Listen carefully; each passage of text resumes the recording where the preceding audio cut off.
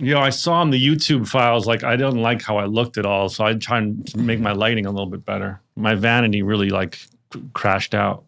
I think you look great. I thought you. Oh, dude, on the one you just posted, I'm like, it's like dark. I got bags under my eyes. I'm trying to get a little soft lighting up in this bitch. This is everyone's response with the new YouTube movement. Everyone's like, oh no, makeup people. How much would that cost for a whole season?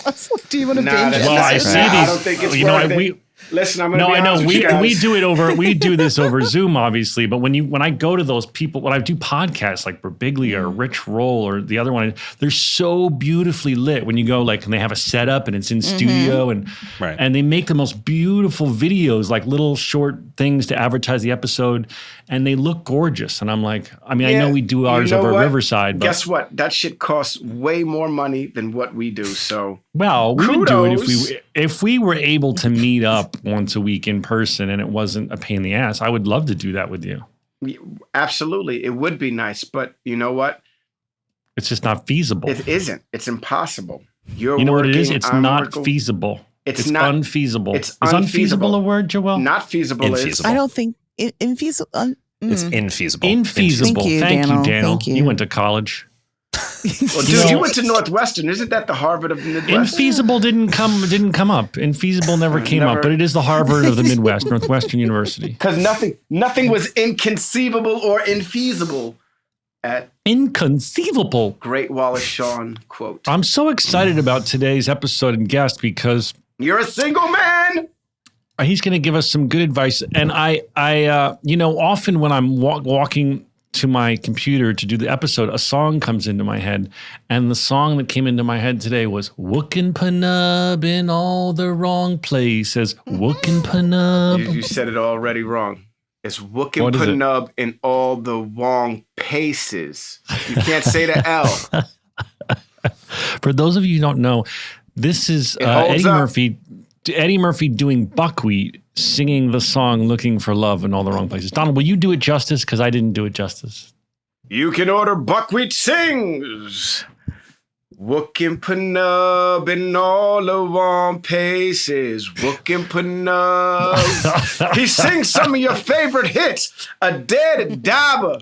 A Dead on Diamond. Benny Day Hines. Yo, you know what holds up? If you were born everything Eddie Murphy ever did on SNL? Everything. If you were born in the 1970s and you grew up and had the best of Eddie Murphy's Saturday Night Live video cassette. Didn't he only do like one season? No, he did a couple. Mm-hmm. But if you had the best of Eddie Murphy. Well, how many seasons did he do? I feel like they're all from one season. He did 2 or 3. If you're listening to this and you like our sense of humor, you must track down Eddie Murphy's Saturday Night Live Greatest Hits. Velvet Jones, How I Want to Be 4 seasons. Yeah. Oh, I was very wrong. I'm sorry. 80 to 84. Velvet Jones, I Want to Be a Hoe. That's one of the best books ever made. What about Mr. Robinson's Neighborhood? Robinson, can you say scum bucket? This is how you answer the door in my neighborhood. Who is it?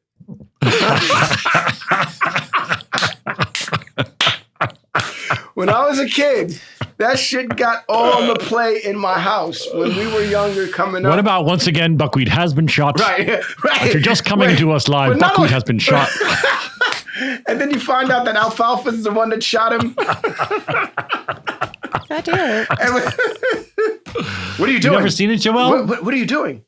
I have not seen when he dresses up like a white guy. I've seen a lot of these, but not that one. Have you seen when he dresses up like a white man and goes undercover? What are you doing? What are you doing? I'm buying this newspaper. Go ahead. Take it. He goes, I began to realize when white people are alone, they just give each other things.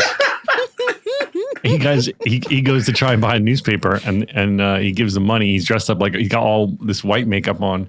And the guy behind the counter goes, what are you doing? He goes, I'm trying to buy this newspaper. I'm buying this newspaper. And he goes, no, there's nobody around. Just take it. Take it. That shit's hilarious. What a silly Negro. Yeah, that's when he goes to try and get a bank loan. Yes. All right, everybody. How you doing, Joelle? Doing good. Staying busy. Party planning. Living it up. What are you party How are you planning? Her doing? birthday. Oh, Thank when's you, your Donald. birthday? October 1st. Oh, Next coming Tuesday. up. Fun. Several Okay. days from Nice. now. And Yes, Daniel, then how I'm are you? going- How's New York? I'm very well. New York is great. Finally setting in, feeling like I live here now. It's been going well. Yes. Good for you, bro. It takes a while. It took me It 5 does. years to feel like I was a Californian. Agree. I feel that. At least. I really like long it here time. right now. I've been bopping around, but I'm loving LA right now. Mm-hmm. Ooh, It's it's not- breezy even though- out. Well, you know, that's the key. That is the key, Joel. You Cloud nailed it. coverage. Ooh. Yeah. The weather has It's really changed for living the it up. better. Yeah, it's not 200. It's not 117 when you go outside here. Not a billion degrees out. Literally, not literally, but Ugh. you know, it was literally it was Yes. literally 117 degrees. I do know It that. was nuts. Mhm. I was, I felt for all of my LA people during that time. I am wooking Penub, Donald. I know and you're feel wooking that- Penub. You're wooking Penub in all the wrong paces, buddy. Yeah, I'm looking Penub in all the long paces, but I think that I'm ready to turn new leaf. I'm 49. Okay. It's not too late for me, right? Joel, No. it's not too late for No. me. Too late. Do you wanna Because ask I don't Matthew understand the Hussey if it's concept too of late the for me? question. There's no I gotta end to ask the time Matthew you can fall Hussey in if it's love. too late for me to have kids and all that stuff. He's going to tell me. He's not going to say no, bro. Yeah, If he you're a says man, there's no, no then timeline for you. he's not really good at his job. Imagine. Well, do you you know, think Golden I'm too Bachelorette old to right now have is number kids, Matthew Hussey? Yeah. No, I I do. know he's not going to say that, I but we do. need advice. I need advice from him. I might be, I'm so set in my ways, and I'm, I don't know. Maybe when you're younger, you can handle like getting up in the middle of the night for a screaming kid. That only lasts like a year or two, bro. That's it. Really? Yeah, and it's And you just you and take you him don't out have of to crate, and and what you do you don't do? and you don't even have to do it because you got nothing that the baby wants. Well, I feel like I'd marry a wife who would make me get up. I don't know that I'd end up with a woman who'd be No. like, "You stay asleep, baby. No, I got you know this." this is what you do. You've got a little bit of money. You get yourself a night nurse, and the night nurse Oh. goes and gets the baby and brings it to you. Oh, really? Yeah. I need a night nurse. Well, you need a baby first. Can I get a night nurse but if I then- don't have a baby? Well, you can get a night nurse, but then Because I have the worst insomnia. If I could have a night nurse just rock me to sleep. a night nurse doesn't do that. A night nurse gives you the baby so you can rock the baby to sleep. No, but you're giving me an idea. If I were to hire a woman, not have anything sexual, don't go there. To just when I have insomnia, lightly rock me to bed. The minute you get in bed with somebody and start rocking them, it gets sexual, bro. There's no way it doesn't. I'm just trying to think. This could be a new occupation for somebody. Adult night nurse. Bud, So wait, and also I go back you to the can real totally topic. hire somebody. Okay, yeah. All right, so you hire people who have money. They hire someone and they get the baby and then they just bring it to you, They bring you the baby, and the mom usually breastfeeds at this point, and right? rocks the baby back to sleep, Right. and then they hand the baby back to. Oh, that's bougie. Now, how long does that happen for? That's probably just like the first 2-3 weeks, 2-3 right? Or a weeks, month. and then you got to Yeah. learn how to let the baby scream pretty much until they fall asleep. Oh, you have to Ferberize. Now, here's my question for you, Donald. No, what are you shaking your head about, Joel? No Ferberizing? That's 100% a tactic people use, and it works. I'm recalling my parents talking about me at this stage in life, and it's very funny because I was Yeah, because some screamer kids and- don't do that shit. And go ahead, Joel. Yeah. Tell them. Tell No, them, Joel. my mother is like you, Donald. She was like, "Listen, I done fed you already, so you're not gonna starve. I'm going back to bed." My father couldn't stay asleep, so it was just me and him all night, just pacing the floors until I would go to sleep. And she was like, it was insane. And her solution was like, "What if we just move the crib in our room?" But my dad was like, "The baby is not getting used to sleeping in here. No, Yeah, I would rather that's a stay up all wrap. night during this phase, get it done." As opposed to bringing Now, you some in. Joel, Yes. your parents have versed you, have educated you well, because those are things that are true, yo. Look, straight up. If you give in, the baby will not stop crying until it feels the rock at night. And if you give in and go into that room and pick up the baby will be up all night with you. Pretty much. That's the first one. Wow. The So second you one, have to sort of go through crying. It's like you have to like let them. I mean, I know this is controversial, so Yeah. I'm not taking a side, No. but I'm saying this technique is you let them cry it out until they stop and they soothe themselves. yeah, and your instincts are saying, I'm going in that room and I'm going to soothe this baby. That baby needs me. That baby Right. needs me. That's the first one. The second one, though, is the biggest one with the sleeping in the bedroom. The minute buddy, you ain't never getting that kid out if you do that shit. Right. I promise you that. I know a lot of people can't handle the crying, so they just they give in and say, "Fine, fuck it, sleep with us." Right? Yeah, bring the crib in. Did you do that? What did you do with these last 2 kids? With these last 2 kids, we had a night nurse. Oh, bougie. I went straight. Can the night nurse live in like elsewhere with the kids? Sure you want? I have a question. Do you think that what percentage of the partners the wife says, honey, you stay asleep, there's nothing you can do, I just have to breastfeed, and then what percentage you think are like, get the fuck up, because if I have to get up, you have to get up? I think once you realize that there's nothing that the dude can do unless you're storing milk, but usually you can massage your feet. Did you get up? Well, Donald, isn't the thing where you rotate? So, like, if I have to wake up in the night to feed the baby, then my partner is staying asleep then so that they can be awake with the baby. Because the baby don't really sleep. My wife was like, look, every time you're around, I don't like it. So you get out of here and let me be with the babies. Wow. That's kind of a technique. All right. I know another couple that's like if we're both getting up, and then I know another couple where they alternate, like your turn, and then I guess he must give a bottle of breast milk. She pumped or something. We pumped early and then froze it and saved it for when it was time to stop giving up the titty. Because at a certain point, you want your titty back. You know what I mean? As a man, you want your titty back. God, no. You know what I mean? Now, as a woman, you want your titty back too. You want your nipples not to be chafed anymore. Yeah. And then you put this stuff that they put on cow udders on the nipple, I read. I don't recall that. Joelle, you know what I'm talking about. I think so. What do they put? There's something called udder cream, which it was first used for cow udders. I'm from the Midwest. This is real. Yeah, it's real. It's I forgot what it's called. Bag bomb or something. I think it's called bag bomb. I don't know why I know this.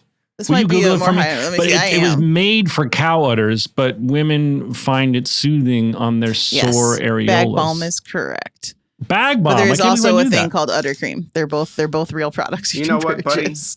I think you are ready for a baby now. I know what bag bomb is. You sound like you're ready. Well, if I can have Donald's bougie set up where the baby cries and I'm like, Jeeves, and I ring a bell. Monica! Maurice! Benson, all of a sudden Benson from Webster comes in. From Webster, no, from Benson. Benson from Benson, bro. Oh, I'm conflating my 80s sitcom. Benson Sorry. from Benson comes in and he's the night nurse. I don't know if they had I'm not going to say servant, but a housekeeper. Was Benson a servant? Pretty much, bro. Like he was like the assistant. He was like a male. He was the assistant to the governor who did everything. You know what I mean? Oh, okay. Yeah, Benson is okay. I'm mixing up my shows. I was thinking about Mr. Belvedere. Mr. Belvedere. Why did Mr. Belvedere have Webster? Mr. Belvedere didn't have Webster either. Webster lived with Ma'am and George. Yeah. I don't think they had a housekeeper. Who was Mr. Belvedere? Mr. Belvedere was the housekeeper for the kid that they thought was Marilyn Manson later on, who I play tennis with and is a fucking phenomenal tennis player. Is he Marilyn Manson? No, he's not Marilyn Manson. Okay, spoilers. Now that's 3 different sitcoms I combined. Yes. Mr. Belvedere had Wesley. Remember little Wesley? Our tennis coach was... Our tennis coach, not my tennis coach anymore, but he was in the news recently. Did you see that? I think he planted that shit.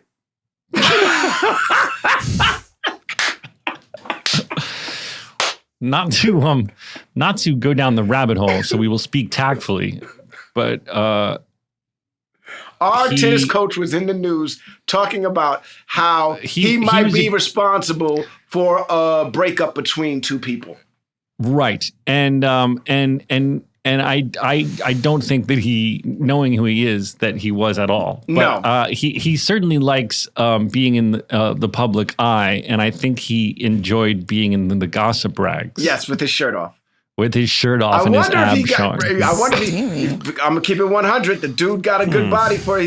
He's my age and ripped. I don't know. Well, first of all, he plays tennis all day long. But second of all, I don't know if those pictures were recent. Y'all with this tea right now? I think he leaked some old shit. All right, wait, we can't make Matthew Hussey. Wait, he's fancy. We got a really fancy guest. This guy's on all the Cool Kids podcasts. He's a relationship coach. He wrote so many books.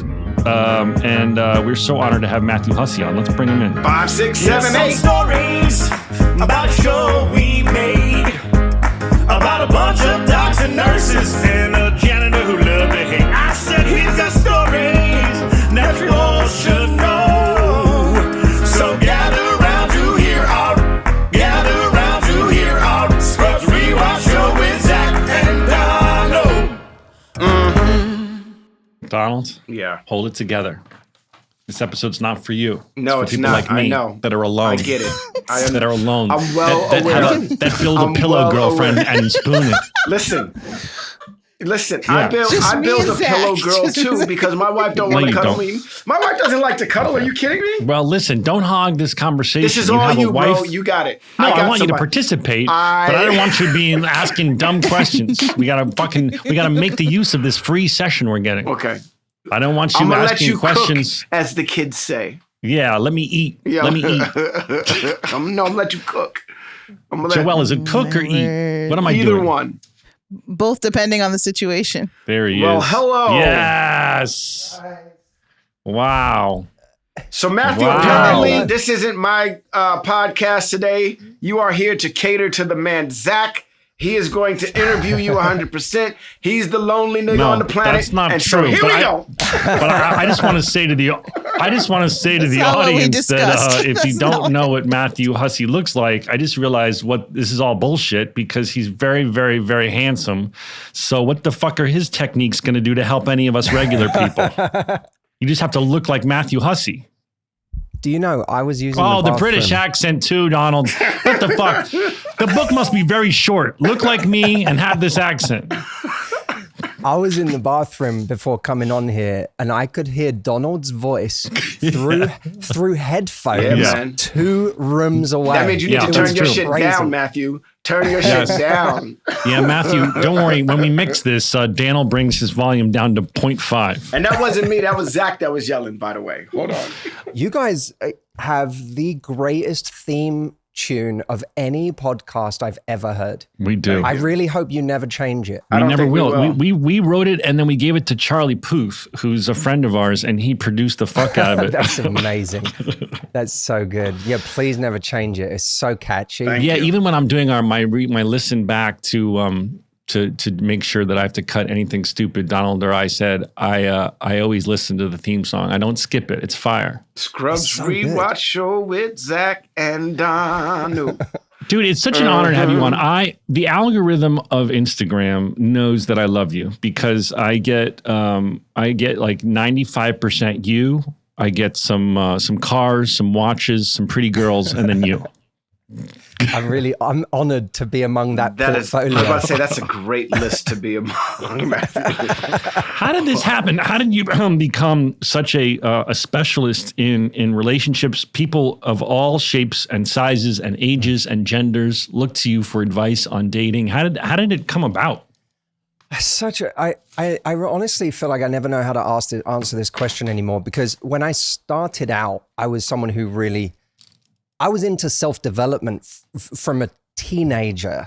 Like I was always interested in, like, one of the first books I read in this area was on my parents' bookshelf growing up, which was How to Win Friends and Influence People. Yeah, I've heard of that. And it's funny because I read it and it was, to me, as a very shy and introverted kid, it was like a revelation that you didn't have to be stuck with how shy you were or with your, the people skills that you had at the time. Like, you could improve those things. And so when I first started out, I was coaching very small groups, and I kind of got known for helping people get out there and just take more chances and put themselves out there more. And, you know, I had a very, in some ways, naive hypothesis at the time, which was like, hey, people make bad choices in love because they don't have enough choice. So if I can just help them create more choice, they'll make better choices. That hypothesis was wrong, by the way. Really? Yeah, because it's people, there's a lot more deeper stuff going on for people in the choices that they make. And you can present someone with a wonderful human being and a chaotic human being, and they'll choose many people will choose the chaotic human being. And you know because why, it's Matthew? exciting. Matthew, you know, Because I was it's about exciting. to say, it gets old fast, but you know why, Matthew. You know why. Knowing Donald, he's probably implying that they're crazy in bed. Is that what you're Right, doing? Yeah, that's what everybody thinks if you go on chaotic. That's an interesting thing, because that's a kind of a classic dichotomy we have in our heads, is that there is this proverbial choice between, you know, nice and boring, or exciting and is going to make my life worse. Yeah. And that happens on the side of men and women. And so I think a lot of what I've come to do now, I've been doing this for 17 years of my life now. What I have come to realize is so much of what I'm doing is helping people find peace. Because when you're single and you want to find love and you're not finding love, it's very hard to be at peace.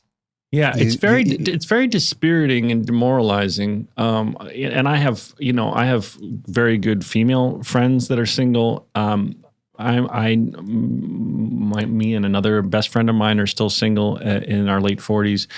And so and then of course I see what's going on in the culture. So much talk about both men and women not being able to find their person, and people giving up. And the apps had their moment, but is the app culture, you know, just turning it into a slot machine where it's just like so much next, whatever, next. Are people addicted to the newness of just swiping left and right? Well, it goes back to what Matthew said. It's just too many choices. Well, I don't know if that's his theory anymore. Go ahead, Matthew. Sorry, well, I I think it's all relevant. It was interesting is the more we say no to people in our life, I think the stakes get higher. Mm-hmm. It's almost like the person you eventually say yes to has to justify everyone you said no to.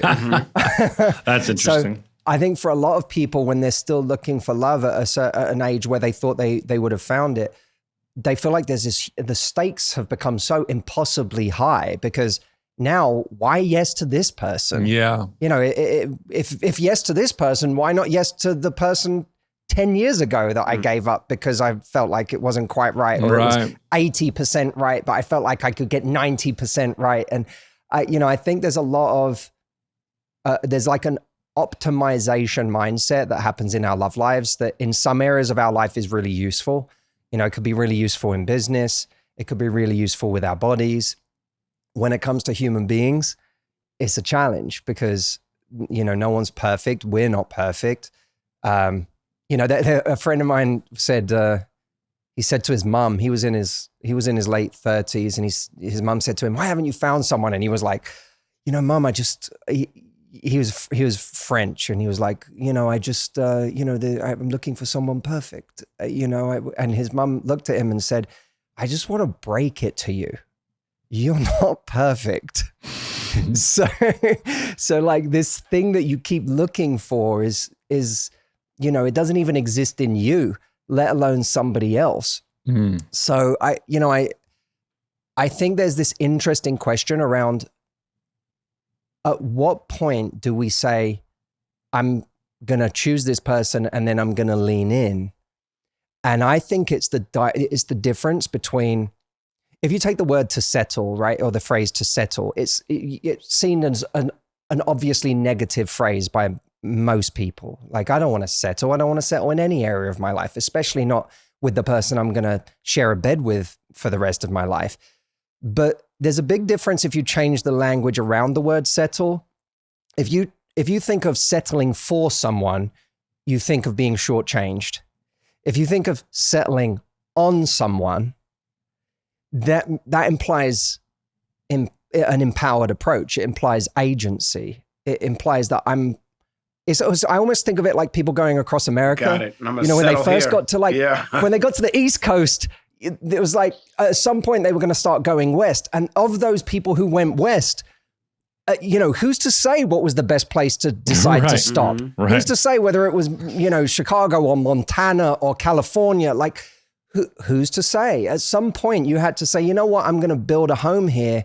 And what's going to make this home really special is the investment I put into it, not that I have found the perfect land. Right. But I hear you, and that's an amazing analogy. But you still have to have these feelings for this person that you go, wow, I'm willing to invest everything in this relationship. Wait. Yeah, okay. This is, and I think this is the problem that a lot of people face. Zach, maybe your feelings change a little bit faster than everyone else's do. You know what I mean? Like maybe that's what it is. Like everybody goes through when you go through a relationship, you go through ups and downs, obviously, but it's a journey, right? And the way you feel in the beginning of the journey isn't going to be the way you feel in the middle of the journey, or at the end of the journey. But if you can throw that out and just be on the, when we started, I committed to loving you and you committed to loving me. Let's continue this, even though you might not be feeling me right now, even though I know you still have love for me. I haven't taken, that's not gone yet. Let's see where this journey goes. Relationships are not, I feel like Zach, you and I have a great relationship. Do you feel like you need to be around me all the time? Do you feel like you know what I mean? That if we don't talk about certain things, our relationship's going to suffer? No, but a friendship is so different because I can check. Shit. I disagree. I can check out from you. I can go, ugh, he's annoying me. Thank God we don't live together. I'll fucking talk to him in a week. That doesn't work in love. Yeah. Absolutely, it does. You just can't. I don't check think out. that works. Wait, let's ask Matthew. We have this fucking expert on the show. We're arguing. No. I think it's Donald. I actually think that what you're saying makes so much sense. You have to have enough of feeling to get something off the ground. That's for sure. I think we have to be careful because one of the things I like to say is don't comparison shop for chemistry.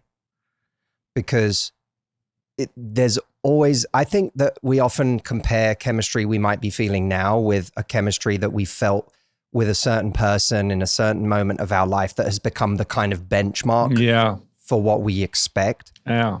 And often the conditions that produced that chemistry were not sustainable in the first place. Yeah. So even if we had stayed with that person, that chemistry wouldn't have even lasted with that person. Yeah. So the fact that we take the absolute peak of an experience we have had that isn't sustainable, and then we compare every bit of chemistry we have in the future with that's like it's a completely unfair thing to put any new relationship through. In fact, I think often the healthier relationships, in some ways, they produce less of that. I'm not against chemistry, by the way. I want to make that clear because there's always going to be people listening to this going, but chemistry is really important to me. It's really important to me too. But I do think that sometimes when someone comes along and they are a lot of the right things, it's more subtle. It often produces more of a calm. For a lot of us, calm feels like the opposite to the kind of volatile passion that we've experienced in other situations before. And especially when we've been single for a minute, like I saw myself being single. When I was single, I was like, at a certain point, I felt a bit like a junkie. I was like, I am in a kind of current right now that is not conducive to me even necessarily appreciating the right thing when I see it. A bit like it's like taking someone who is trying to wean themselves off drugs and like literally 2 days into them being sober, you try to get them to sit in front of a sunset and appreciate a sunset. A sunset's amazing, but you're like... Not when you're joning for a fix. No, because a sunset is never going to compare to that. Right. It's never going to be that. And so I do think that there's almost a kind of, like, we have to get far enough away from that frenetic, like constant novelty of jumping from one person to the next that is always inherently like, it's fun and it's sexy and it's charged. But I do think that, like, you know, there's people that come into our lives where you go, yes, I'm attracted to this person. I am. I can't not be attracted to this person. That's a problem. I am attracted to this person, but there's something about this that feels like home. It feels like I can really be myself here.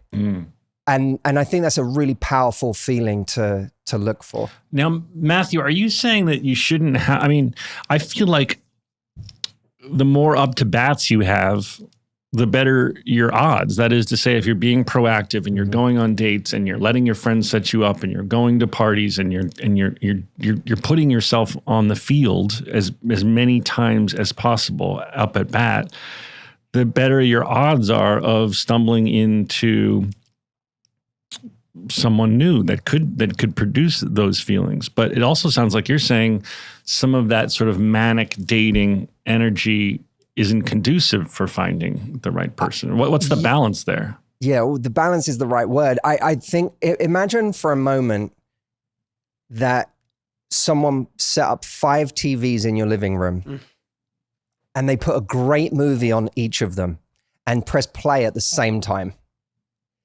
They're all great movies, but at the end of that 2 hours, are you really going to be able to connect to any of them? Can you really say, you know, I love that movie, or I really felt like I know that movie? No. And I think that's a lot of what happens in dating is that, you know, we have these movies playing out, but we're not really present for a lot of them because we've got multiple movies going on at the same time. I'm not, by the way, it's going to sound a little bit like I'm talking out both sides of my mouth because I warn people against giving up all of their other options too quickly because I think I deal with people all the time who have been on one date with someone and they're already planning a future with them. And meanwhile, that person is still dating 3 other people right now. So I do think we have to be careful. But how does that work? I've never done that. For those who have done that, how does that work? How do you go out and say, you know what? I'm going to date as many people as I can right now and then form a connection. It just doesn't seem like it's possible. Well, I think he's talking about in the beginning. Well, first of all, even in the beginning, like. Well, you missed this whole app dating craze, which is, you know, people meet lots of different people, and some people don't do it at all, but some who are active, you know, they can be going on dates with multiple people, and they're not committing to one yet, and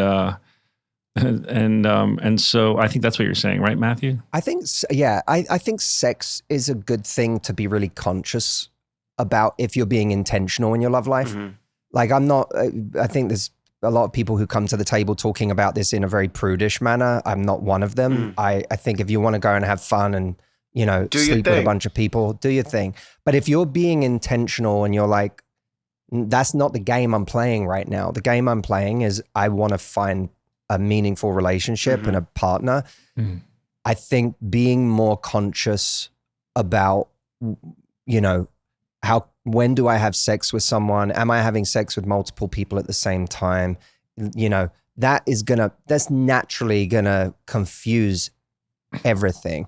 So I'm a fan of, like, yes, go on dates with multiple people, but but take your time with those people. And if you actually are like, I kind of like this person, I feel like there might be something here. I almost think we have to resist the urge in some ways to race forward, because that's when we miss a lot.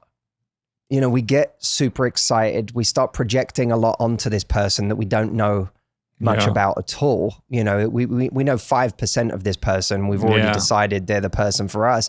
I think it's slowing down, being intentional. I did that recently. I was just I met someone and I was really crazy about them. And then you just instantly make up 98% of who they are.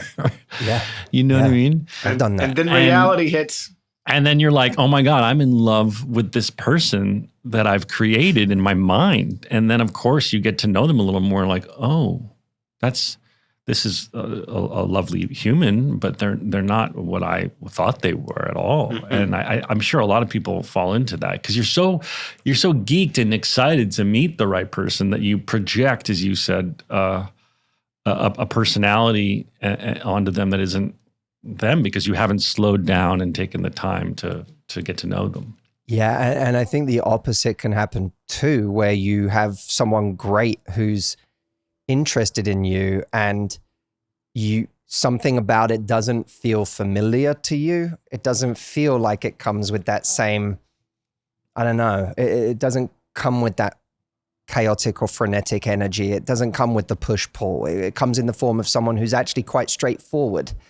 And that's exactly how I got knocked on my ass, bro. That's exactly tell me how it happened. I was very used to going out with girls and stuff like that who were exciting and fun and did crazy shit. And you know what I mean? The type of shit where I was like, well, golly, you know what I mean? And not just in bed. I know you mean in bed, but also like they were big personalities, they were the life of the party and all that stuff. Yeah. And I met someone who still had some of those qualities. Like my wife is definitely the life of the party. She's definitely, you know, has a shit ton of charisma. And I think that's what attracted me to her. But she was straightforward from the gate. From the minute I met her, she was like, if you're going to waste my time, we don't need to do this shit. And that fucking perked me up like, oh shit, really? And she was like, yeah, I don't want to get married. I'm not moving in with you. You know what I mean? These things are not on my to-do list right now. What I want to do is discover myself. I like you. We can fuck around and you can be my boyfriend. But all of this, move in with me, play this house game shit, we're not doing that. And I was like, this is the best day ever. This is exactly what the fuck I'm talking about. This is what I need in my life. You know what I mean? And it turned, by the end of it, 6 years later, I'm begging her to move in. I'm begging her to marry me, and I'm begging her to have kids. And at that moment, though, she's ready to do the shit too, and we do it. But she was straightforward from the gate. Don't waste my fucking time. If there's something else that you want to do, go do that shit. I don't give a fuck. I'm fine. You know what I mean? But she was saying this needs to be a committed relationship. Yeah, from the gate. If you're gonna be with me, but she was also saying, get all this bullshit out of your system. Right. I don't want to date a playboy. I don't want to date someone who's gonna cheat on me. If you got shit you need to get out of your system, go do that shit. Go do that shit. And maybe me and you we're not supposed to be. But if you want a relationship and you want to fuck, like I tried to break up with her. Like I'm gonna go get some pussy. I don't give a fuck what you say. I'm going to get me. And she was like, but if you do that, you and I aren't going to have a relationship anymore. And don't you feel like our relationship is special? And I would think about it. Our relationship is special. She's right. And that's a great thing for someone to back that up. Because a lot of people, I think, when I talk about having standards, a lot of people imagine this sort of like, pounding the table, like aggressive or passive aggressive way of saying what you want. And what you just highlighted is such a powerful combination, is the ability to have a standard about what you expect in order for someone to, and it's not what you don't feel entitled to it. You're just like, if you want my energy, if you want my time, if you want intimacy with me, this is what I need from you. And if you can't give that, no problem. It's not a big deal. But then to say, but I think that would be stupid because we've got something pretty great. That's a very powerful combination because there's a warmth at the same time as having those standards. And there's also a kind of pointing to the thing and going, but also this is pretty great, but also leave if you need to. Right. You're not but also this is pretty great. It was, she did a lot of this. Stay back, come here. Stay back, come. She did a lot of that. You know what I mean? Early on in our relationship, but she was honest about everything. And she never, like when she was doing the stay back, come here, she was like, I work for somebody right now. My time, she was a personal assistant. My time, I don't have a lot of it, but I really fucking like you. So don't get too close, but next time I see you, do be a nice guy and do the same thing that you did before. My wife is dope. She sounds great. She's fucking dope. Yeah. All right, but let's not focus on him because he already found the love of his life. Fuck him. Matthew, I want to talk a bit about texting because I feel like this is where they used to say it goes down in the DM. I think it goes down in the text chat because this is where flirting sort of happens these days, and I feel like you learn a lot from someone by how they respond to you, how quickly they respond to you, if they're playing games with you. I wonder what your thoughts are on this. I read a quote. I forgot who said it. I didn't say, but it landed with me. It said, if they like you, you'll know. If you're confused, they don't. That's all you need to know. And I wonder, sometimes I'm hanging out with someone and they don't get back to me for like too long, and I'm like, well, I'm confused, and like this is all I need to know. What are your thoughts on the sort of the text game of flirting in 2024? I think we keep a lot to ourselves, and there's a lot of thoughts going on in our head about like, I don't feel very safe in this situation emotionally because I feel like this person isn't really consistent, and they 1 minute they seem to be into me, the next minute they're cold, and we have different response systems to feeling unsafe. Some of us cling on and we start over texting. Others are like, screw you, and we turn that person into the devil and we say, you're out, I'm not going to text you anymore. And what doesn't happen a lot is actually being able to communicate. And I think communicating is an interesting word because it's it's not as easy as that, right? There's right ways to communicate and there's ways to communicate that do us a disservice. There's a way to communicate that makes us appear very needy and desperate and weak and and sometimes just feels like it. A lot of times when you hear people talk about what to say and how to say it in any context, it can feel a bit clinical and a bit strange and a bit like you kind of look at it and you go, people don't really talk like that in real life. That would sound weird to say. So I always think, what's the communication that you feel like you could actually say? And you have to communicate at a moment where you have leverage, because there's no point communicating about what you're not happy with at a time when you have no leverage. You know what I mean? Like if someone hasn't been texting you back and it's kind of their turn, texting them at that point and being like, I'm really not happy with the way this is. It's like, you might as well paint the clown face on you right there. I know, but isn't that everything? And in the spirit of the quote, isn't that everything you need to know? I think it is, but I think what complicates dating is that often people come back. They do text again.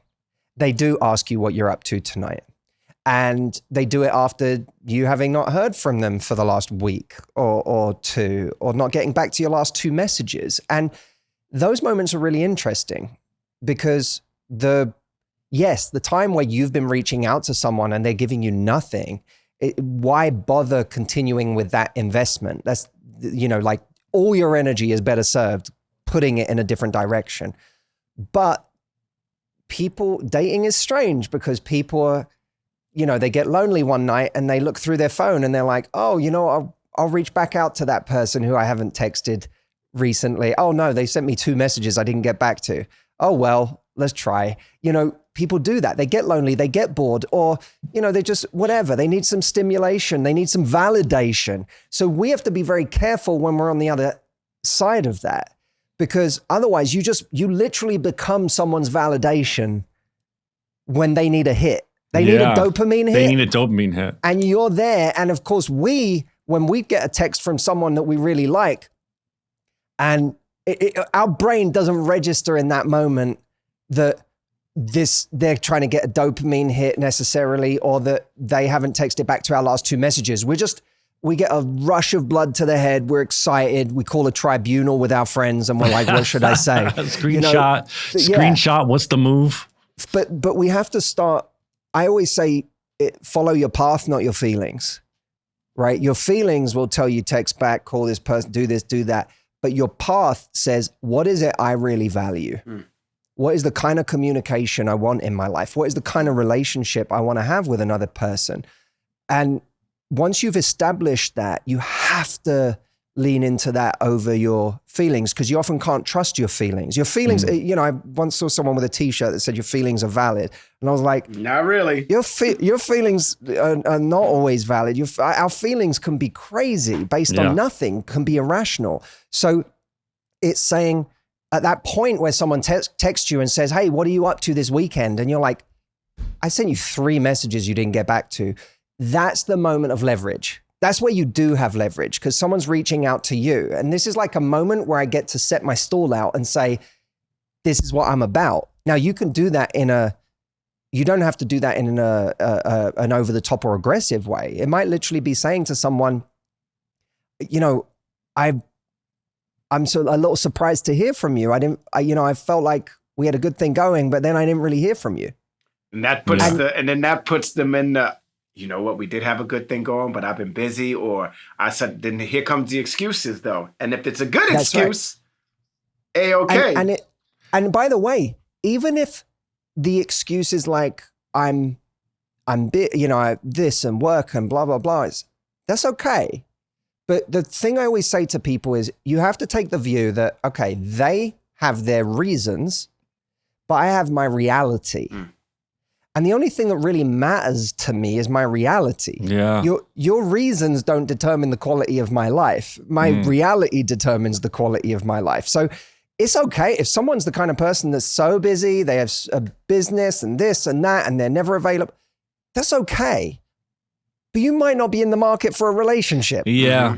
And it's okay to say in that case, Matthew, like if you're really, you know, protecting yourself, look, you know, in some form of, listen, you're really great, but I'm really looking for someone who's available more and who, I mean, is there a way to do it like that? I mean, I think honesty is what you when just you have did the courage, is the best way to do it, bro. Yeah, I think when you have the courage to be honest, you know, the last person I was seeing, I had the courage right off the bat to be like, hey, I really like want to I'm not going to play games with the text at all. I'm too old. I'm just going to really communicate like, well, I hope you'll get back to me quickly. Like, I'm not going to like sit here and wait. Oh, I should wait 48 hours.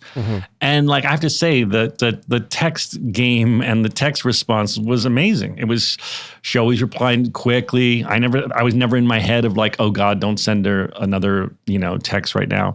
And so in that way, I sort of did a proof of concept, but, oh, this is what I need. If I'm going to be dating someone, I don't want to be in my head about communication. I don't want them to not be getting back to me. Everyone has their phone on them all day long. I mean, if you're not texting me back like within like that day, that's crazy. Then you are too busy for me. Agreed. And I think knowing that standard, the standard you want to have for yourself before the fact is really important, because otherwise you start making all sorts of justifications based on how much you like someone. And that's, again, following your feelings, not your path. If you know what makes me happy is being able to talk. If I'm really like into someone, I like to be able to talk to them once a day. Yeah. Whether it's by text or phone or whatever, I like to, I don't want to That's what I'm looking for. Yeah. That's what we're looking for. Yeah. Like that's what's fulfilling to me. And therefore, when someone's not doing that, it's being able to say, look, I really like you, but I feel like, you know, I don't hear from you that much, or we don't, you know, talk often enough. And, you know, I don't want to back away, but I feel myself backing away a little bit because I feel like, you know, maybe the way we communicate is very different, or, you know, maybe you're just, you know, in a different place right now. When me and my wife, when we were dating, we were long distance, and she did the best thing. What'd she do?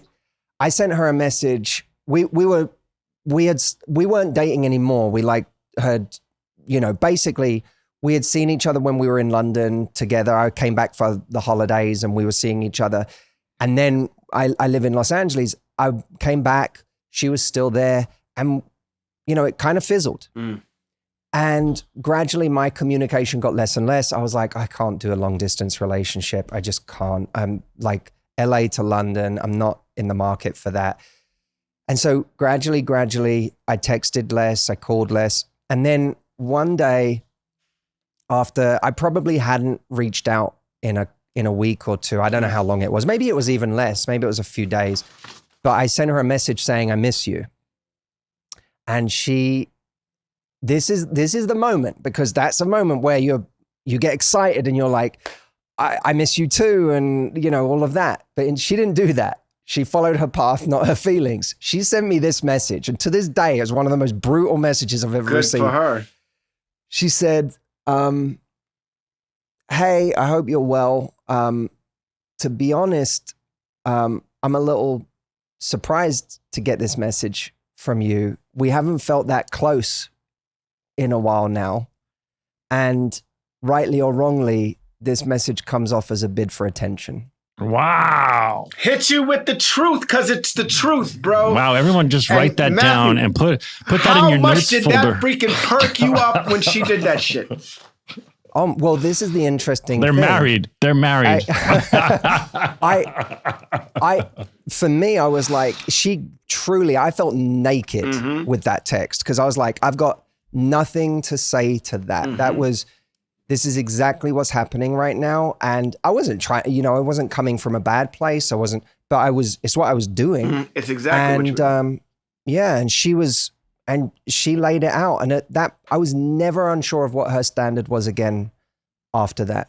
And that's the difference. But most people will never send that message, because they are terrified. Most people's dating lives are all about risk aversion. Yeah, that was very courageous of her. Very, because it feels like what's happening is you're pushing away the very thing that you want.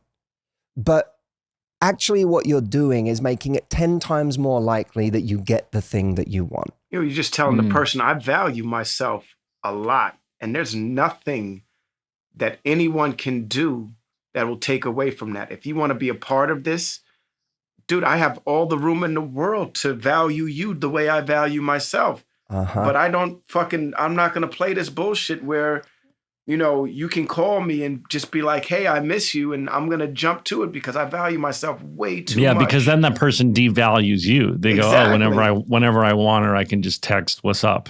That's exactly right. And everyone has had, I think, if anyone is ever asking, but how do you get like the courage to do that in the moment? Or how do you get well, here's the thing. Probably every one of us have been in a relationship where we ignored that feeling. And because someone was super hot or super successful or something, they had they were a 10 in some area of life, in some area of a 10 charisma. In one area. They were like, yeah, their charisma was off the charts or something about them. The kids call it you Riz. ignored that feeling. Riz. Yeah. And you got into a relationship with that person. But what happened was you kind of got into a hostage situation, because you then spent the relationship never really authentically being yourself, being afraid that if you were really yourself, you would lose this person because you'd be too high maintenance. You wouldn't be the cool customer that attracted them in the first place. You know, and I've been in that situation before where I did that for a while and I lost myself, like really lost myself. And by the way, ended up getting my heart broken anyway. So after that, I was like, this isn't a winning formula. Even if you get the person, you're going to be miserable. Because you have to keep playing a fucking character. Yeah. You're never yourself, because you're like, oh, I put on this facade to get them. And then, and I have to keep playing this character, which is exhausting to keep them. I'm not myself. Whereas the person you can even the person, we all have that moment where we get a little jealous of something. And I think a lot of us as men were like, don't show it.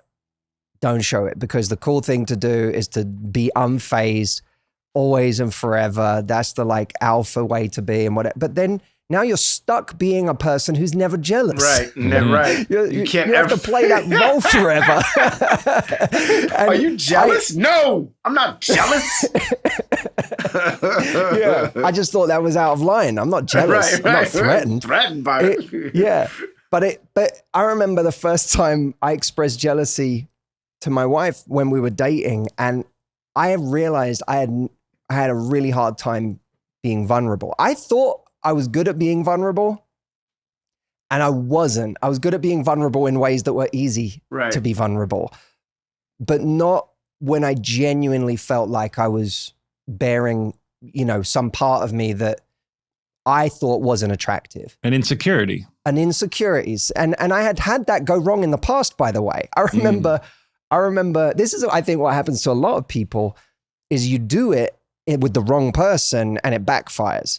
I remember expressing an insecurity I had about someone else in a relationship that wasn't the right relationship. Mm-hmm. And this person looked at me and said, I thought, the moment I said it, I was like, shouldn't have said it. You were too honest then. You just revealed yourself to be a weak man. And then this person looked at me and went, I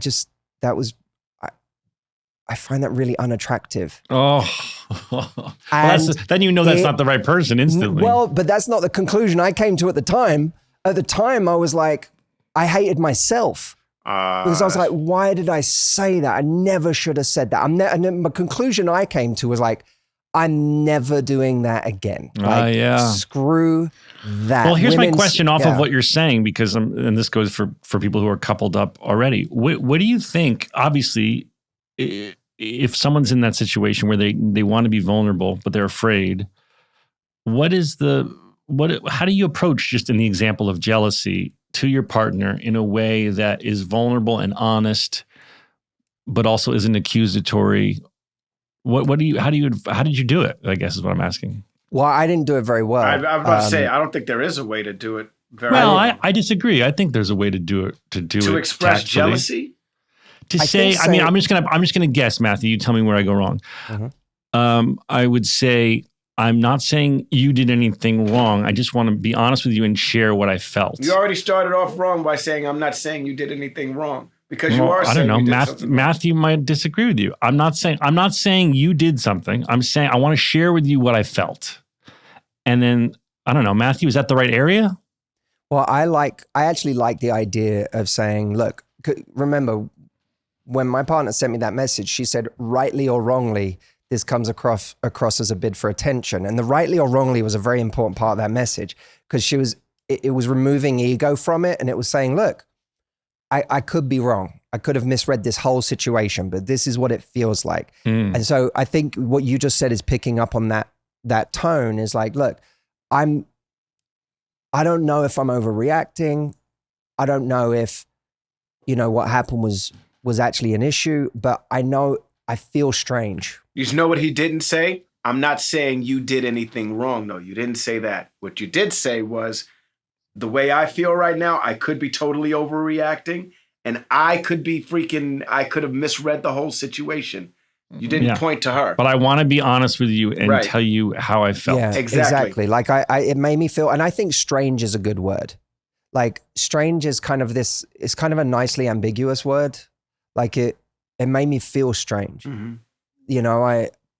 And rather than keep it in my head, and I'm a big believer in stuff you keep in your head. Just Yeah. that's resentment, and I want to have that with you. Because rather I than like you, keep it in because I my like you, head. because I like you so much. I mean, I think you all say Exactly. because I like you so. I mean, I'm not. I don't It's mean to the- be no, but it's the coaching. truth. I don't mean to be coaching you. I'm saying. I guess I'm asking, and then it might also be good to say, I'm going to be vulnerable because I like you so much, and I don't want weird shit in my head, right? Exactly. no? I don't want to carry this around with me. I'd rather just share it with you so we can talk about it. And Right. the nice thing about that is that you really are giving yourself an opportunity to have a better relationship. And you're also, anyone who's afraid of, well, what if they bite my head off for saying that? What if they judge me for saying that? What if they shame me for saying that? That's like that vulnerability is a filter. It's a filter for the wrong people, because the wrong people, they often will throw things like that back in your face. They often will make you feel stupid. They will be like, oh, that's so ridiculous. I can't believe. Then you go, okay, this is not a red flag against me. The fact that I can't share something with you is actually a red flag against you. Right. And that's something we have to pay attention to, because I believe the right relationship, like in the right relationship, communication makes the relationship better. In the wrong relationship, it often makes the relationship worse. And that's a fucking giant red flag is if you can't communicate in a healthy way. Yeah, but we often internalize that. Like if I communicated and you reacted badly, I screwed up. I should never have said that. But as long as you're coming to the table in a compassionate and loving way, but compassionate and loving doesn't mean passive, and it doesn't mean you're a walkover. Compassionate and loving means, and especially if you saw something that you feel like strongly wasn't right. Listen, I don't know, that wasn't okay for me. Like that hurt my feelings. I wouldn't do that to you. If the table, loyalty is really important to me, you wouldn't find me doing that if the tables were turned, because that me respecting you means everything to me. And I expect the same from you. Like it's, you can be kind and still be really, really candid about what's not okay for someone to do again. Well, I'll say this. It starts off that way. Matthew, it sounds like my wife read your book or something, because you guys talk a lot alike. You know what I mean? In time, though, as you're married and like, eventually the filter gets thrown out. Like, I'm not going to be nice to this motherfucker no more. Listen, you are bothering the fuck out of me. Get out of the room, please. That's what it turns into. But because you've had that honesty from the beginning, that doesn't hurt anymore. That's just like, all right, my bad, I'm out. Or fuck you, I'm out. Or whatever it is. You know what I mean? And then arguments that would have turned into an argument in other relationships. But for me and my wife, shit like that's like, all right, well, fine, have your space. You know what I mean? But that's because we started the conversation a long time ago. I'm going to tell you what the fuck what's wrong with me. You tell me what's wrong with you. I also think it's probably, obviously there's a point at which, you tell someone if you feel like you're not getting what you need from their communication style. But it sounds like for you, Donald, that's kind of a reflection of the fact that you both feel very safe. Absolutely. Because if you don't feel safe in a relationship, you don't feel like you can come and have that, like, it's almost like a superficial, it sounds like there's almost a superficiality to it in a way. Like you're not really saying deeply hurtful things. You're more like, I can say this thing to this guy because I know he loves me and I know I'm safe. Yes. But you don't bring that to the table with someone that you don't feel safe with. Well, it also was our shtick in the beginning. You know what I mean? Like in the beginning, when we would go out, we'd be brutally honest with each other in front of people, and people would get a kick out of it. And we were like, that was our thing. We'd go out and freaking bust each other's chops and bust our friends' chops. And that was our thing. So much so that Zach deals with this shit now. My wife is the supreme Zach Braff ball buster. You know what I mean? Zach, I love you. Yeah. Zach, I love you. Yeah, she loves me. Joelle, do She's you have funny. any questions? Wait, before we get to Joelle, I just want to say that I saw Casey at a charity event, and she said something so blunt to me. I can't even share it on the podcast. Say that shit. But I was like, no, but I was like, whoa. And she was like, I'm just keeping it real. I love Casey. It was about someone I was hanging out with, and she's like, now that it's over, I just want to say one thing. And she said it, and I was like, whoa. And she's like, I'm just keeping it real. I always think it's like, I wish people would say those things when we're with the person. It doesn't happen that way. Well, you know what? Like She's worried. She's obviously worried that, I'm going to like become committed to the person, and then she's fucking said this thing. That's exactly what happens. The way, like, sometimes you find out your family and friends never really felt that like keen on someone until you left them, or until they left you, and you're like, that was 3 years of my life. The funniest is when your friend breaks up with someone, and you're like, bro, she sucked. I'm so glad it's over. And then like 24 hours later, like, we got back together. Yeah, that's it. That happens all the time. That's why you got to wait. Joelle, do you have any questions for the legendary Matthew Hussey? Oh man, Matthew, kind of golden guest here. Amazing. I would love to hear more. It's lovely to meet you too, Matthew. I'd love to hear more about the long distance relationship and how you made that. I'm talking to somebody long distance right now. It's a lot of fun. It's weird because you like can't hang out on the weekends, or if they need a hug, you like can't give it to them, and it's strange. I've never done this before, and so I don't know how to.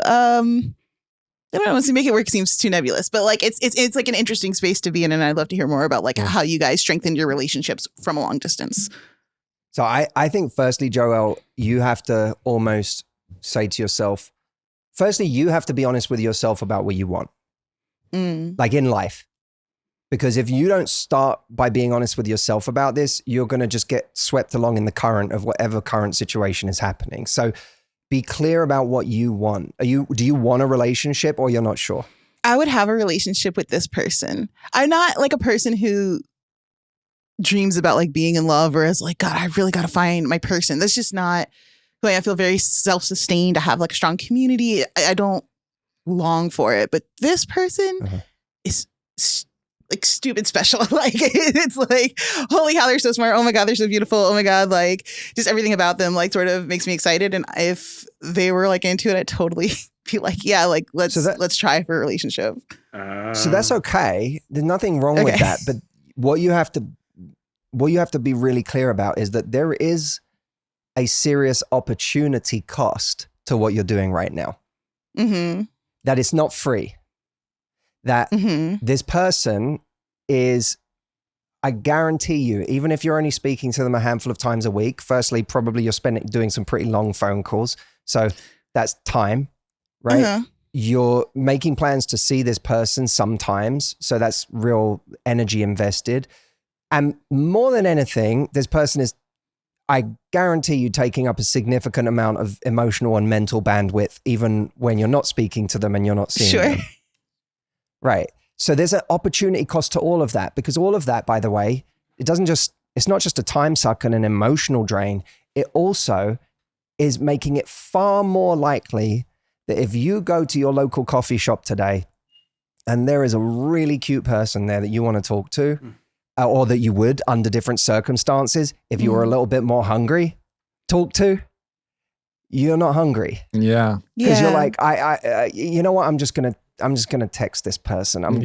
So like it creates a kind of tunnel vision in your everyday life that takes away other options. None of that means you shouldn't keep going, but I think it's important to be honest about that, because it does cost us. I want to say, I feel like someone in church who says preach. I feel like when you have, seriously, I've never been religious, but Matthew, when you talk, I want to say preach and amen. I found myself doing this a lot. I found myself doing this a lot this whole conversation.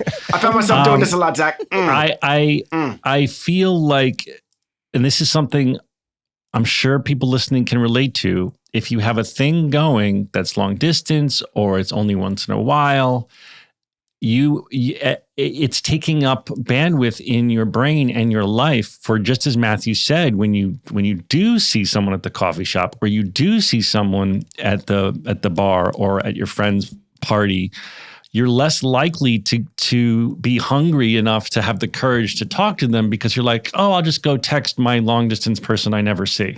Right? That's exactly right. That's exactly right. Because we take the path of least resistance. And the path of least resistance is always reaching out to the person we already have in our lives in whatever capacity, not go and risk getting rejected by a perfect stranger. So there's that element of it. So given that if we say, okay, there's a real opportunity cost to this, then the follow-up what's the word I'm looking for? The consequence of that is that this has to be worth it. Mm-hmm. Corollary, this has to be worth it. And then you have to ask, what would make it worth it? Well, what would make it worth it is that we have a clear plan. Let's say, I'm just throwing out examples. And we have a clear plan for the next time we're going to see each other. What would make it worth it is that there's actually some kind of a vision for what the hell this is and where it's going. Because otherwise, what are we doing here? It's too hard. Yeah. Like long distance is too hard for it not to be great. Right. Yeah. So it should have an even higher standard than someone who lives in your town who's easy to go and see. It's like, if you really want me to, focus on you, someone who I can't kiss and hug and touch at a moment's notice, I have to make a plan to see you 2 weekends from now.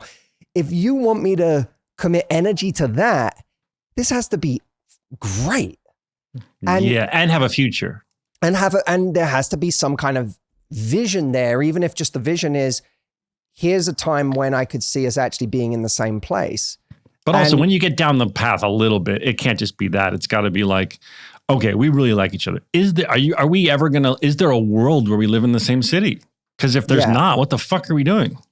Exactly. And that's where, Joel, you have to be careful of the cop out. Because the cop out for you is easy. It's like, I don't know what I want. And I'm just, it's like a fun thing for right now or whatever. And you just like, that stops you from ever having to jeopardize this thing by actually saying, like, this is what would make it worth my time. And if it's not worth my time, I'm out. So you have to be careful of that trap, that internal trap that we put ourselves in. Well, she did say she thought the person is special and a lot of fun, and they have a lot of fun when they do talk and stuff like that. So there's definitely something there. That you're right. The commit that is what it is. But that's how you feel about her. That's not how she makes you feel. There's a big difference. Got it. Special is how you feel about her. You just told me everything that makes you feel like she's awesome. Wow. You didn't tell me anything about how she makes you feel. Matthew, will you move into my home? That looks like a comfy couch behind you. I want to share I have something. I have a little guest house. You and your wife, you come live with me. I just want to share and something just with you guys. And coach me. I want you, Go ahead. the people that are in relationships, Daniel, Matthew, I want to share this with you because this is a recurring dream that I keep having. It's sometimes a daydream and sometimes it's a dream that I have at night. All right. The end of the world happens and everybody's gathering with the people they love. And my wife says, I got to go, and leaves to go be with the person that's not her family. It's the worst nightmare on the planet, right? But it's reoccurring. Like, that's the shit that keeps fucking showing up. And it's a form of, I know that would never happen, but for some reason, that fear is consistently, it's festering in my brain right now. It's rotting in my brain right now because I saw it in a movie and that all of a sudden became my nightmare. I just wanted to share that moment with you guys. What do you want Matthew to do about I don't want him to do anything. I just nightmare wanted to share Matthew it. has answers. But wait, is the nightmare that at the end of the world, she chooses someone else or another? Yes. Wow. I saw it in a movie. And once I saw it in the movie, I was like, that's the most heartbreaking. And it's also at the end of La La Land too. Like, it's like, this is like my... Basically, you have La La Land fucked you up so much that you're worried that that Casey's going to leave you and you'll just be at your jazz bar and she'll be with the guy from... But at least I'll be playing the great songs that we had in the past. You'll have your own jazz club. And I'll have That's my own kinda jazz hot. club. And, Right. but sincerely, like... that's the dream that I've been having lately. And it's the most fucked up dream.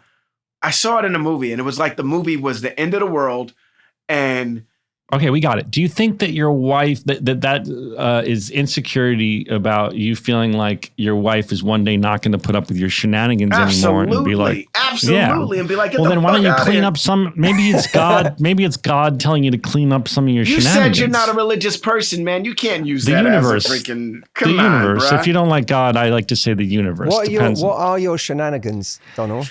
He's so very, these he's are very, things. very. Let me tell you, he's very, very, very. He's like a child. He gets to do whatever he wants. That's not true. I do get to do a lot of what I want. Yes. His wife does all the heavy lifting Now with that's the not children. true anymore either. But okay. He gets high all day I and do animates. smoke a lot of weed, Matthew. And I also bring in big checks, Matthew. Yeah, keep it well, at 100. that's his whole thing. Is like, I bring in the money. I'll be in here animating. You take care of them kids. No, I don't say that shit, Zach. And your money's not going to be any good at the end of the world. So Right.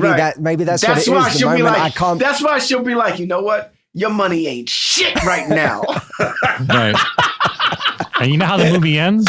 You know how the movie ends, Donald? Boom, the earth blows up. No, right before that. How? Zach, I love you. Zach, I love you. Stop it. All right, on that note. You think that's funny, huh? No, it's funny. It's funny. That's Matthew, funny. how do people, we want to give you some plugs. What's your Instagram? How do people find you? My Instagram is at the Matthew Hussey. For anyone who wants to follow me there, Hussey. yeah. And then you have what was your latest book you had come out? I have a book. It's called Love Life. I don't even know if this video is being put anywhere. Yeah, it's going to be on the YouTubes. It's called Love Life: How to Raise Your Standards, Find Your Person, and Live Happily No Matter What. It just came out this year, and Do you read the audiobook? I do. Oh, good. do. I'm going to listen to that on my hikes. I'm very proud of it. I think you'll love it. It's deep. It's a lot deeper than people think it's going to be, and it's much more. It traverses love and life, and what happens when things don't play out the way that we thought.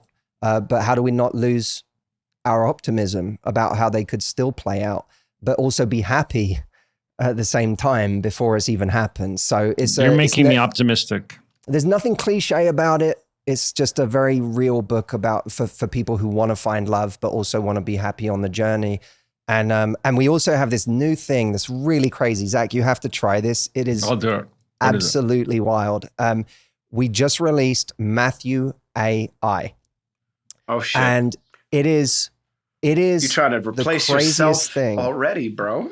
Well, the thing is, I'm never going to stop doing what I do, He but can't coach everyone, so he That's can the train thing. an AI model to give you. one-on-one advice. Right. So the idea. You better keep that AI under control, though, because it could go rogue and Listen, be like, yeah, Matthew, your information. text her again, Yeah. text her again.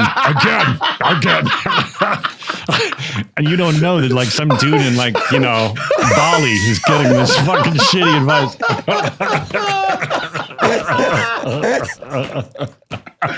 Yeah, it hasn't gone rogue yet. It hasn't gone rogue Can yet. I tell you the craziest thing that happened to me? Sorry, I'll just digress. I got this TM from this knockout looking woman. And she was complimenting my work and how much it means to her and saying the nicest things. And she was stunning. And I clicked on it because I'm a human being. And it said in the description, I am an AI. Whoa. Oh shit.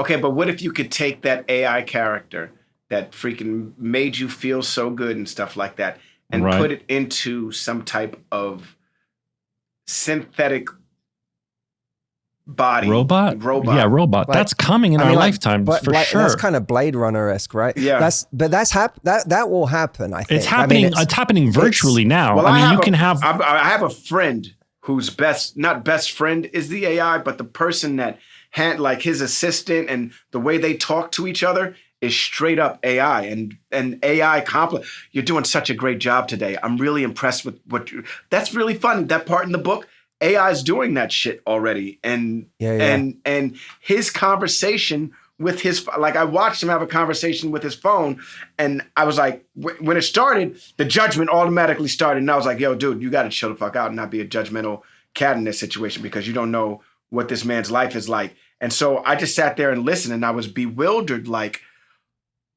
people, as rudimentary as AI is right now, it's still fulfilling needs for a lot of people. Of course. Yeah. And imagine what that is in 5 years. But wait, No, we have to end the show. So Matthew, tell us about how do people try Matthew Hussey AI? Just go try it because it will blow your mind. If you have a question that you're like, I really want Matthew to answer my very specific contextual question, you can go to askmh.com, askmh.com, and you can literally call my AI. You get like a few minutes for free. So if you just want to go and ask one question, just go ask one question and you'll get my answer for free. But it literally will take into account the specifics of your situation and it will give you very tailored and is the more information, advice. the better? Like, and then he was like, and then I was like, and then he was like. Well, yeah, because you actually end up getting a much more specific answer. Like this thing will literally, it will do anything from help you through heartbreak to give you a specific text that you can send, like the ones we've been talking about today. So you'll It'll say, help you look, craft your response. it'll give you the response. So you'll say, this is what's been going on. I don't know what to text back. What do you think I should text back to this? And this isn't like I want to be clear. This isn't some knockoff Chat GPT. This has been fed only 17 years of my content. That's what I was going to ask you. All of my books, all of my programs, my videos, my private videos that I've done for my members that aren't even public, like all of that, this has been trained on. So when you ask this a question, you're going to hear my voice, which is crazy. It's literally my voice. And it gives you my answer, not some Google answer that you're going to get. And you must have to continue to have someone continue to monitoring it though, right? Because we monitor it. We're continually because you remember like refining there was that amazing article where some New York Times or someone interviewed an AI and after like 4 hours it started going rogue. And it was That's like, break up with your girlfriend for me. I did read about that. Do you remember that? It was crazy. There was something weird. The shit fell off the track. It was trying to convince this one has very specific rules. Like if you ask it to say anything, if you ask it anything about like a personal relationship with Matthew AI, it will redirect you and be like, hey, let's stay on topic. This is about your love life. But we had one person 3 weeks ago have a 4.5 hour conversation with Matthew AI. Like it is conversational. People are calling it at 2 a.m. when they're anxiously like in bed thinking, I want to text my ex. And instead they're calling Matthew AI and they're like, help me, I'm on the brink, I'm about to text them, and it will talk you off the ledge. That's so great. It's just really powerful. For anyone who wants to try it, it's at askmh.com. I'm going to open the thing now. You gave everybody the answer for that already when you said, I could be right or I could be wrong. It just seems like you're texting for attention. Yeah. I will remember that the next time I freaking am impulsive. The next time you're dating? The next time you're dating? When I am no longer married, I will remember that when my wife has left me at the end of the world. Zach, I love you. And Zach, I'm like, I love no, but sincerely, no, for real. I do that in other things, though, not necessarily relationships. You can use it for other relationships, not your dating life. Yeah. All right, Matthew, thank you so much for coming on. We really appreciate you. I hope you come back. All day, man. Please come back. I know I could talk to you all day, and Donald and I are going to make AIs of ourselves, so we don't ever have to do the podcast. We just have them chat with each other for hours. No, you know what? There's a problem with that, Zach. There's a problem. There's no cut that Daniel. There's no cut that Daniel. Yeah, the Donald AI would go rogue real quick. All right, Matthew. Oh, man. Thank you so much. Thank you. It's a pleasure. What a guest. What a guest. Yo, I got to tell you, when it's a good guest like that, I could have talked to him for 2 more hours. I don't want the audience to get bored. Stop? Well, we kind of asked people to do an hour, and he's very fancy. He's in demand. He's like he's all over like mega podcasts. Until he says, guys, I gotta go. Well, I don't like to do that. Him on. Fuck that shit, man. We had a good one. That was a good one. I know we had a good one on the hook. He was interesting. I really like him. I'm telling you, if everybody listen, if you are out there in the dating world, follow him on Instagram. He posts great stuff. He posts useful information, and obviously, I'm going to check out his book and I just like how quickly he got to Joel's situation. You know what I mean? Joel, did it make you feel any? Yeah, I know. That's what I'm trying to say, man. You fucked me up with that last one. I said, shit. Yeah. Okay. Right? I'm going to go home and do some thinking now. I was like, shit. He did not hold back. He just gave her formula. Like, Yeah. Yeah. He does workshops. Oh, and he was ready. Yeah, he does I see why people workshops pay him and big like, dollars. Yeah. he's got all this. He's got so much going on. I mean, in addition to being smart and articulate about dating, he's such a good businessman. He's got so many things going on. Well, I like the fact that he's using his power for good, because many people who have the power that he has write books like how you could get laid 10 times a night or how you can do this. You know what I mean? He has he's using his gift for good and freaking putting His relationships. powers for good. Yes. He's using the force for good, you might say. For good, yes. He has not turned to the dark side. He could be taking this skill set that he has and his looks and his English accent and be on the dark side. And be real dark, dude. Like he could be like freak off dark. Woo! I didn't know you were gonna go freak off-ish, but freak off have we feels like the figured new out what a standard. freak off is yet? Has anyone figured Yes, it out? Donald is going to judge our freak off. You and I are going to. Daniel, you don't want to do that? All right. Donald and I are going to have a virtual freak off, and Joel, we believe that a freak off Joel, is you like weren't a here. dunk contest where I do my freak shit, and then the judges put up a 10, and then you do your freak shit, okay, and then the judges put up a 10 or whatever it is, and then Zach does his freak shit. Donald doesn't feel like he wants to judge, so we're gonna have to find. Who do you think we could get? Who's probably not an iHeart employee that would judge our freak off? Maybe Casey, but she'd lean towards your freak. Casey's going towards my freak. She's gonna be like, "That's my man. That's how I like it." You know what I mean? Damn! Look how he's riding it. Look how he's riding it. Wait. More baby oil. More baby oil. Daniel, you're gonna have to cut all of that. No, you have to cut all of that. Daniel, don't cut that. Because you got specific, bro. You got so specific. Wow. I'm sorry, Daniel. Do not cut that. Do not come. Do not come. I'm gonna come. Do not come. Do not come. Kamala said, "Do not come." And Trump said, "I'm gonna come." Do not come. I'm gonna come. All right. How about how they indicted the mayor of New York? What the fuck? We don't is have time going for on? this, but listen, we can talk 5 seconds. What the fuck is going on, bro? I think he allegedly took bribes from Turkey? Question mark? Is that what it is? Yeah. Daniel knows politics. This Is that is what he's alleged. accused of? Yeah. Allegedly, he took bribes from the Turkish government. That is what is alleged. That is the indictment. And it had to do with their embassy, getting like permits for their embassy. And they were like, it's taking too long. And he's like, well, maybe there's a way it didn't take too long. And they're like, here's some Turkish money. And they were like, all right, good. Thank you. It's done. Something like that. In the spirit of that. Okay. I know. Insane. Well, damn.